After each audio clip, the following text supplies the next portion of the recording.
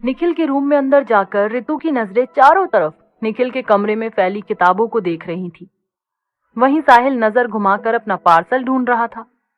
निखिल साहिल को देखकर समझ गया कि साहिल इंतजार कर रहा है कि सौम्या के द्वारा भेजा गया पार्सल जल्दी से उसको मिल जाए।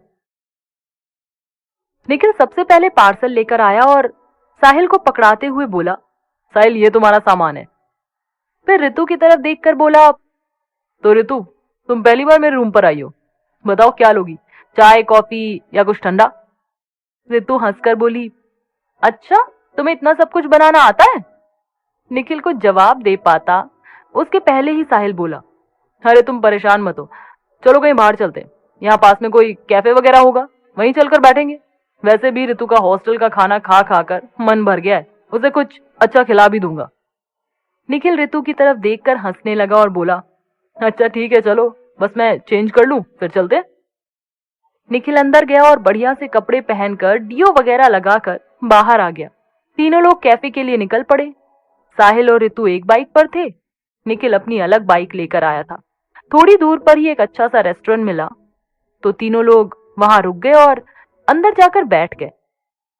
साहिल ने रितु से पूछा, तो रितु तुझे क्या क्या खाना है, तू फटाफट ऑर्डर कर ले, मैंने तो आज लंच लेट किया था इसलिए अभी कुछ खाने का मन नहीं है। और निखिल तुम क्या खाओगे बोलो। साहिल के पूछने पर निखिल हंसकर बोला, क्यों ये तुम्हारी तरफ से ट्रीट है क्या। तो साहिल ने भी हंसकर जवाब दिया, हाँ ऐसा ही समझ लो, वैसे भी साथ में इस तरह बैठने का मौका अपना लगा ही कहाँ है। निखिल बोला, हाँ ये तो सही कह रहे हो, तुम्हारी एंगेजमेंट के बाद शायद हम लोग अभी मिल रहे हैं। साहिल ने कहा, हाँ इसीलिए तो बोल रहा हूं, मेरी तरफ से ट्रीट है। निखिल रितु की तरफ देखकर हंसकर बोला, अरे रितु फिर तो आज जमकर खाएंगे, मुझे भी काफी टाइम हो गया कुछ अच्छा खाए हुए। निखिल की बात सुनकर रितु और साहिल हंसने लगे। रितु को हंसते हुए देखकर निखिल का ध्यान रितु के गालों पर गया। रितु के दोनों गालों पर डिंपल पड़ते थे। हालांकि एंगेजमेंट में भी निखिल की रितु से खूब सारी बातें हुई थी, लेकिन तब निखिल का ध्यान रितु पर इतना ज्यादा नहीं था कि वह गौर से रितु को देख पाता। एक तो फंक्शन वाला माहौल था, खूब भीड़ भाड़ थी और रितु भी फुल मेकअप में थी उस दिन। आज रितु बिल्कुल सिंपल सी बैठी थी, इसलिए शायद निखिल का ध्यान रितु पर चला गया। निखिल को उसकी स्माइल बहुत क्यूट लग रही थी। हाँ ज्यादा पढ़ाई करने से थोड़े से डार्क सर्कल जरूर लग रहे थे, लेकिन फिर भी रितु निखिल को बहुत अच्छी लग रही थी। उसको हंसते हुए देखकर निखिल चौंक कर बोला, तुम्हारे गालों पर डिंपल पड़ते हैं, क्या बात है, सो क्यूट, मुझे बहुत पसंद है डिंपल। रितु बोली, थैंक यू, वैसे ज्यादातर लोगों को डिंपल्स पसंद होते हैं। फिर आगे बोली, क्यों भैया की एंगेजमेंट वाले दिन ध्यान नहीं दिया था क्या।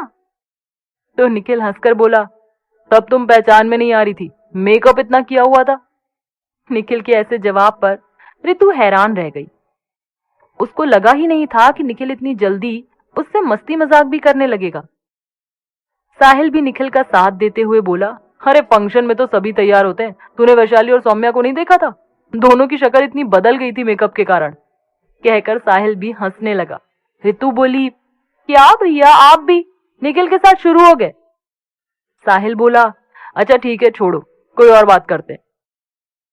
फिर वे तीनों लोग अपनी आगे की बातों में लग गए।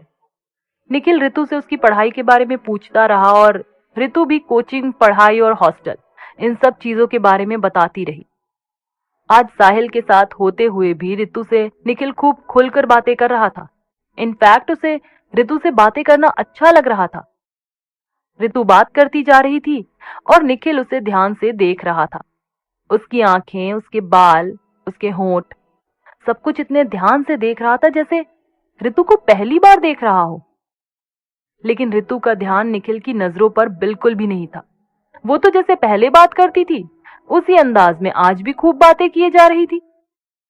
जब उन लोगों का ऑर्डर आ गया तो निखिल और रितु दोनों खाना खाने में लग गए और साहिल बस अपनी कॉफी लिए धीरे धीरे कॉफी पीता रहा।